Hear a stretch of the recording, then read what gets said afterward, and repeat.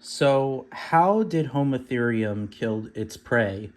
Well, since I don't have the dummy with me, or in this case, the that deer, um, whatchamacallit, that deer head with me that I always use as a devastation, I'm here to show you guys how Homotherium would kill. So, Homotherium, we know that Homotherium has pretty long fangs compared to its body size, not as long and not as fragile as its stockier built cousin, Smilodon. So, how would it kill? Well, since we know this saber tooth had numbers, or in this case, the scimitar tooth cat had numbers, we know that it would wrestle most prey animals, like such as young elephants, ungulates such as bison and horses, and etc. Mostly the isotopes do show, well, depending on the species, went after something big, and that was young elephants. However, how would they kill it? Well, it needed numbers, but since it had very wicked teeth and very serrated, like, it would kill. I mean, it would do something about it. Like, if you feel the teeth, it's very serrated. Almost that like of a shark, or that of some of the theropod dinosaurs, such as Carcharodontosaurus. So this animal would pretty much attack and retreat. It would pretty much attack and retreat for the prey animal to bleed itself to death. However, there's been also been rumors that, like hyenas and canids, and sometimes even lions, not all the time with lions, but sometimes with lions, they have been known to eat their prey animals alive. If that's true, then it would make sense of the attack and retreat method, that it would rip up a huge amount of flesh and then it would just pull back, and then it would rip that meat out of a like a young elephant, for example, and it would do this again constantly. That is why that's Homotherium would would do that, and it would have the numbers. Now it could also, since it had numbers, it could also pin down the prey, and then it would eat the animal alive, just like, well, some hyenas and wild dogs today. So Homotherium was a very, very, or one of the most bizarre looking cats of all time. And since it had a hyena-like stance than that of Smilodon, because Smilodon had more of a bear-like stance, Homotherium was just very bizarre.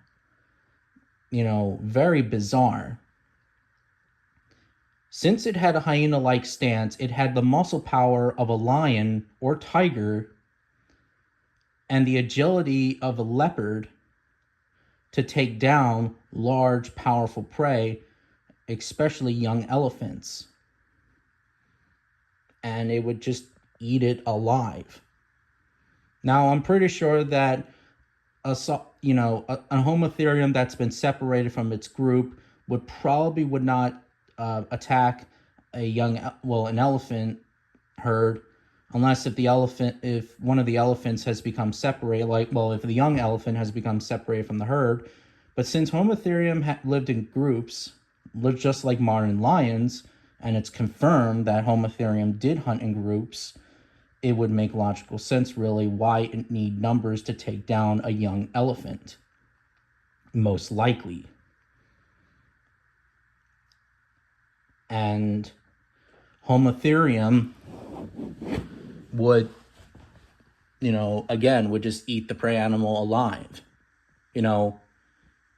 Most big cats usually go after the throat or neck to hold on tightly until they they pass out. And even Smilodon too. Smilodon would go after the throat, and it would just hold on there really tight until it bleeds to death. Homotherium, meanwhile, would just do something completely different. Eat it alive, like a hyena or a dog would today, which is very bizarre, but it would make sense, really. Even if we look at other carnivores too, such as sharks, sharks do the exact same thing. They attack and retreat, and sometimes they eat the prey animal alive. So Homotherium was pretty much like a shark, but a cat. Yeah, but of course a big cat, a Machirodont. So yeah. So imagine a young elephant that's separated from its herd. Let's just say we're using a young woolly mammoth, separated from the herd, couldn't find the herd, and then it stumbled upon a pride of Homotherium. Well, it's doomed. It's going to get itself killed. The pride of Homotherium chased the animal down, wrestling to the ground both the members of the pride, and then they would just eat it alive. They would just rip and tear and rip and tear. And they would just they won't stop. They couldn't stop until it bleeds to death, and then it waits for it to die. So that's what pretty much they would pretty much do.